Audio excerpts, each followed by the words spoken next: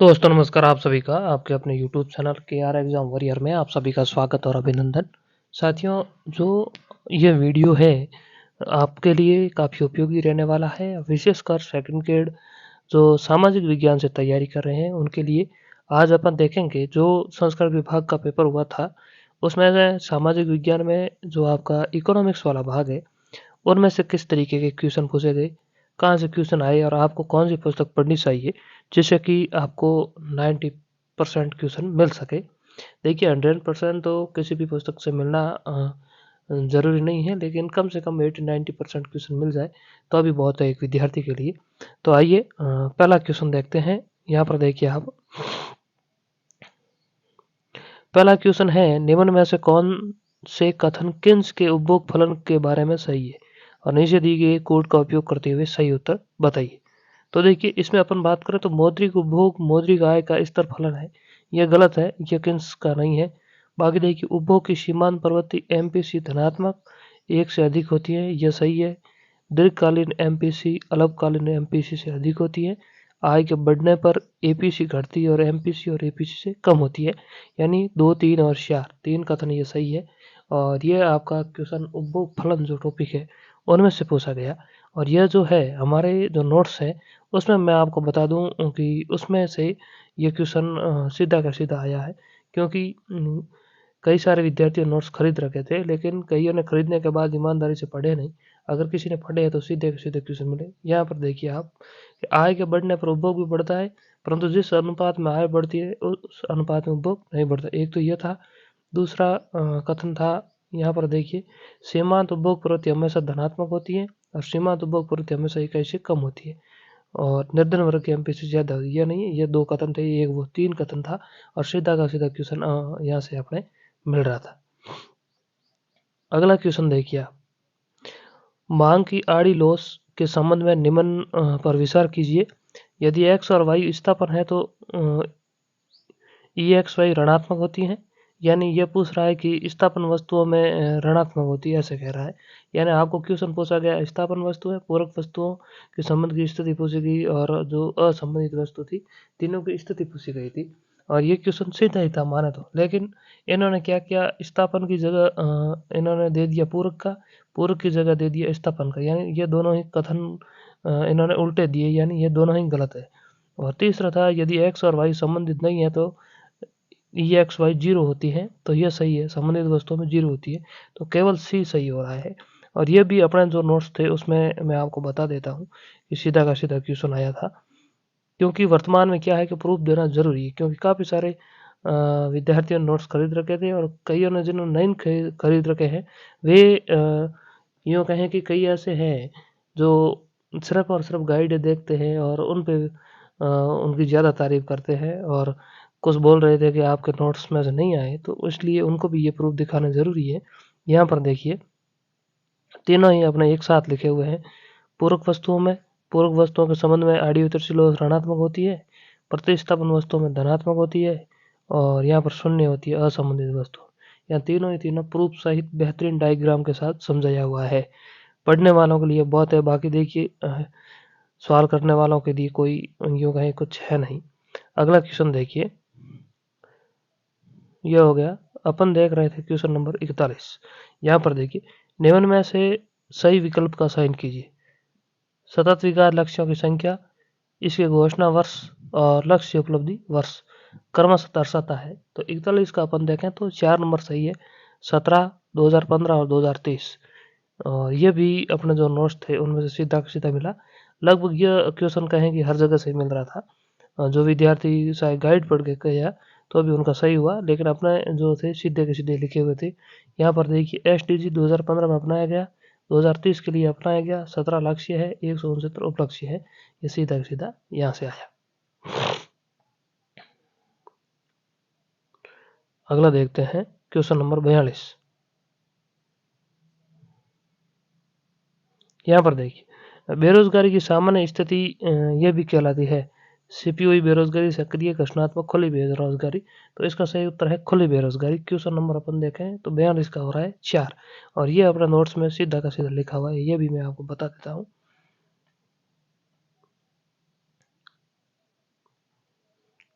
ये देखिए सामान्य स्थिति की जो बेरोजगारी है उसे खुली बेरोजगारी कहते हैं और यहाँ पर लिखा हुआ है यह।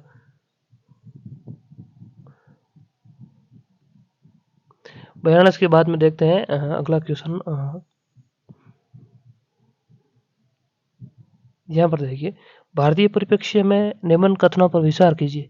M2 बराबर M1 प्लस बैंकों के पास सावधि जमा। M3 को समग्र मौद्रिक संसाधन कहते हैं।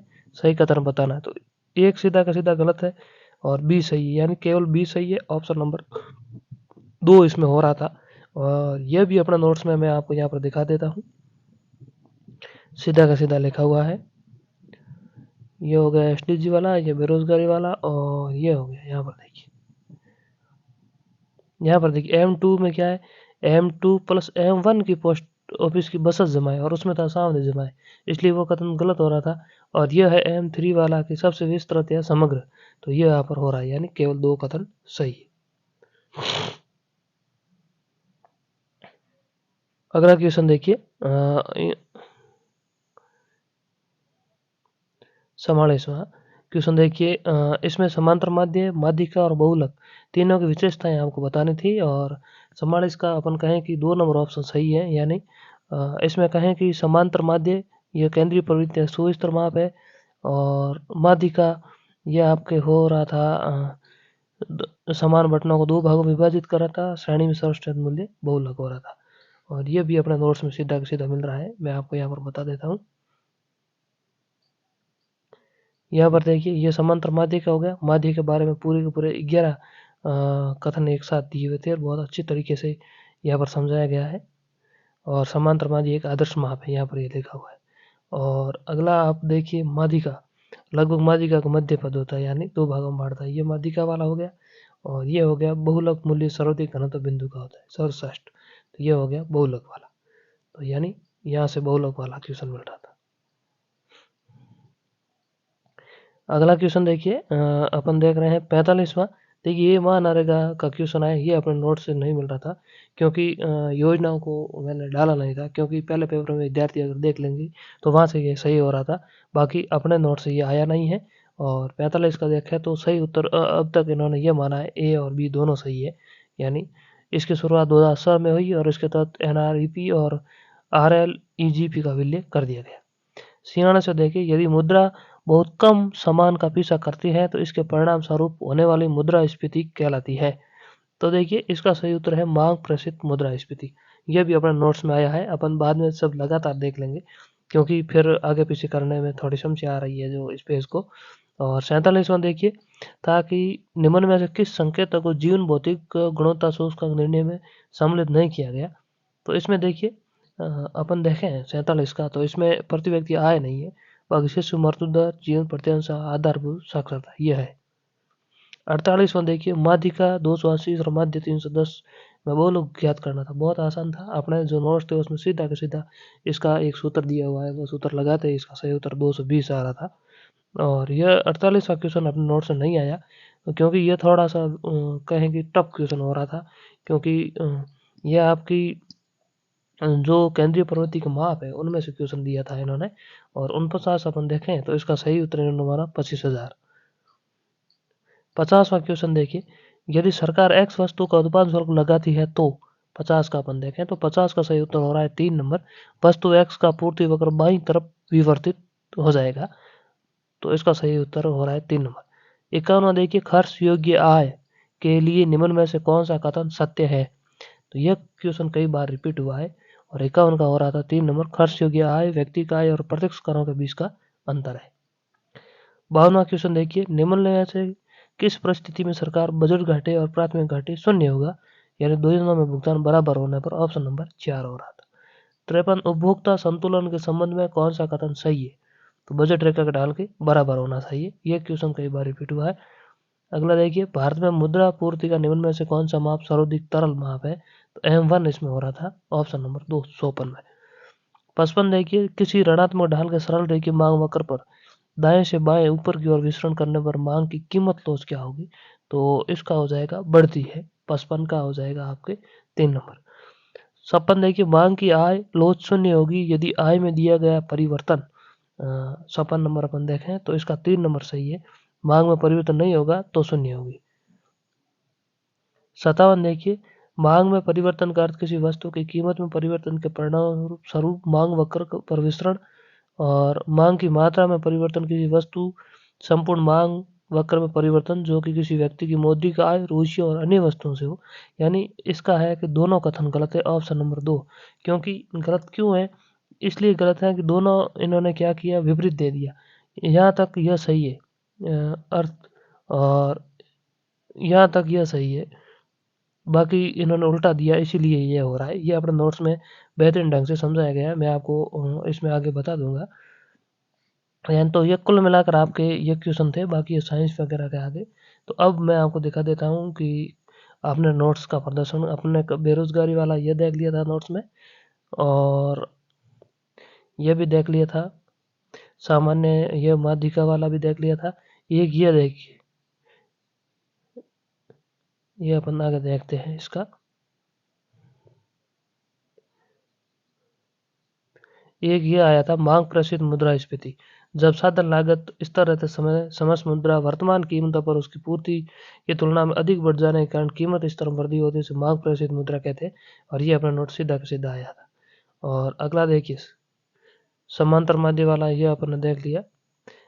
ये क्वेश्चन आया था, ये 220 जिसके उत्तर आ रहे थे। इसमें कुछ भी नहीं करना था, 3 गुणा माध्यिका माइनस 2 गुणा माध्य करना था। यानी दोनों में गुणा करके माइनस करते तो 220 उत्तर आ रहा था। ये सूत्र यहाँ पर दिया हुआ था अपने नोट्स में सीधा का सीधा। और अगला देखिए, पी क्यू वाला, ये वाला बहुत विस्तार रूप से लिखा हुआ था। 3 घटक है और तीनों यहाँ पर दिए हुए थे। अगला देखिए, और यह था आपकी वो वृद्धि कमी वाला, बाईं ओर। तो पूर्ति में कमी की स्थिति में पूर्ति वक्र बाईं ओर विवर्तित होता है। तो ये यहाँ से सीधा सीधा क्वेश्चन मिल रहा था। और ये खर्च योग्य आय, व्यक्तिगत आय, अप्रत्यक्ष कर, ब्याज, जुर्माना और व्यय योग्य आय, या फिर खर्च करने योग्य आय, एक ही बात है। और ये यहाँ से आया। अगला देखिए, उपभोक्ता संतुलन वाला एक क्वेश्चन था, और जब तटस्थ वक्र बजट रेखा स्पर्श करता है उस स्थिति उपभोक्ता साम्य बिंदु होगा। ये यहाँ से आया देखिए। और ये आया था, M1 की तरलता सर्वाधिक होती है, सीधा सीधा क्वेश्चन यहाँ से।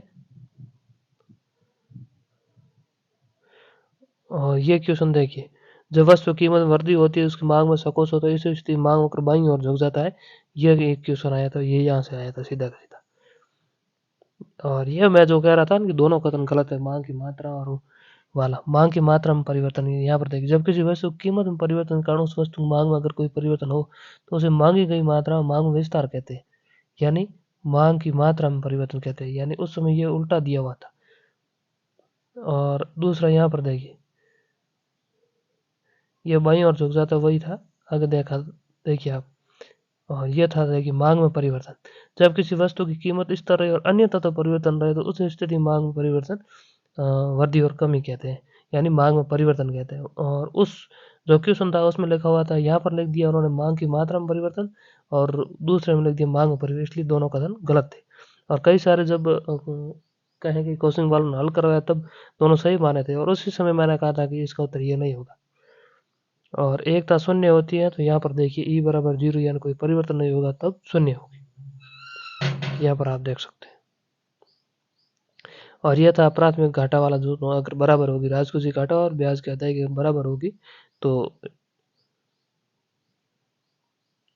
तो ये अपना जो नोट्स थे उनमें से क्वेश्चन थे। और इकोनॉमिक्स में किस तरीके के क्वेश्चन पूछे गए आपने ये भी देख लिया। यानी इकोनॉमिक्स में क्वेश्चन वहीं से भी आ रहे हैं जहाँ से पहले आते थे, लेकिन इस बार इन्होंने क्या किया, क्वेश्चन पूछने का तरीका थोड़ा सा चेंज कर दिया। यानी आपने थोड़ी सी चूक की और आपका क्वेश्चन गलत हो रहा था। पहले यहाँ से क्वेश्चन सीधे सीधे आते थे, इस बार इन्होंने ये इतना ही परिवर्तन किया है। बाकी क्वेश्चन उस मटेरियल में से ही आ रहा है जहाँ से पहले आता था। यानी आपको ज़्यादा घबराने की ज़रूरत नहीं है।